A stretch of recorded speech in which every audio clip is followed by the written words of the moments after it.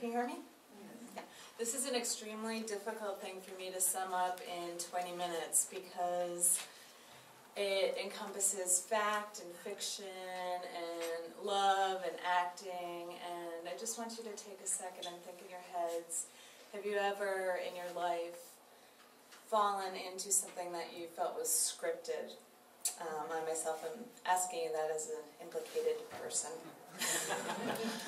This is about scripting in life.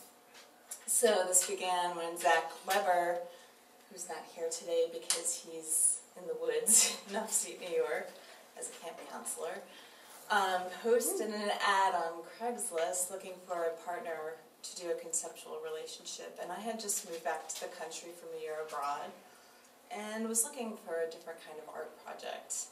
So I wrote him and I said, you know, I would do this with you if we could turn it into an art project. And he is a writer and just wanted to do it to experience it. But I said, no, let's bump it up. This is our first date, and I thwarted a plan for him to send over a muffin inadvertently. And, nothing much happened. It just felt like, it actually wasn't first date, it was the first time we met. It just felt like any time you would potentially meet someone in a coffee shop. You know, there was nothing extraordinary about it, there was no acting involved. I was just like, yeah, I get along with this person, I like this person, I think I can do this. I don't know if I can kiss him, but I think I can do this. Okay, so here I am driving to the first date. And our first date was the first Friday, and we decided to do something that we'd both actually do on a first date. So we had dinner at the Vietnam Palace, and there we are. And then yeah, he's paying with his, $100 bill there. Then we went to First Friday, which is something we would normally do. And so none of this was unusual. This was like a date. And I was starting to think, oh my gosh, this is going to be really hard to separate fact from fiction.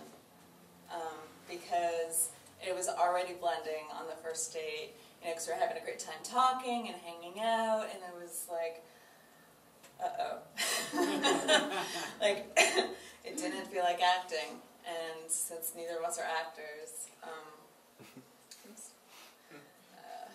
and then, so this was kind of funny, because he had wrote on the first date that we would hold hands, so I'm here with, like, my camera, and trying to, like, take pictures of us holding hands, and that was obviously scripted and fake, and that was kind of awkward, and many physically and, like that we're just all of a sudden holding hands. Day 3, something magical happened. I think it was because it was spring in Philadelphia.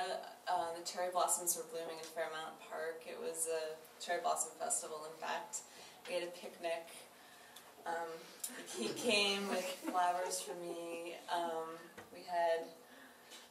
Oh yeah, here I am, like, also holding them. Yeah, so we greeted each other with a kiss on this day, and it was our first kiss, and it just happened totally naturally. Like, we'd been kissing each other forever, and it was very weird. So then, the rest of the day, we were acting like a couple that had been dating for a certain amount of time. We were very affectionate. It was very natural.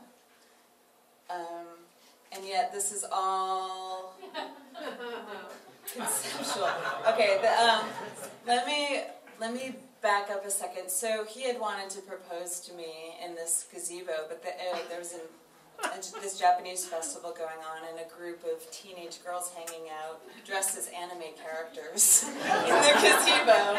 And I was like, why don't you go talk to them and ask them to help? Because so he went over, I'm sitting on the bench, and he asked them, he's like, I'm going to propose to my girlfriend, and will you guys help take pictures? And I heard this giant squeal of delight, and I had to pretend I didn't hear. And then I went up there, and I gave the girl my camera. I was like, here's how you work it. And so one of the girls took these pictures.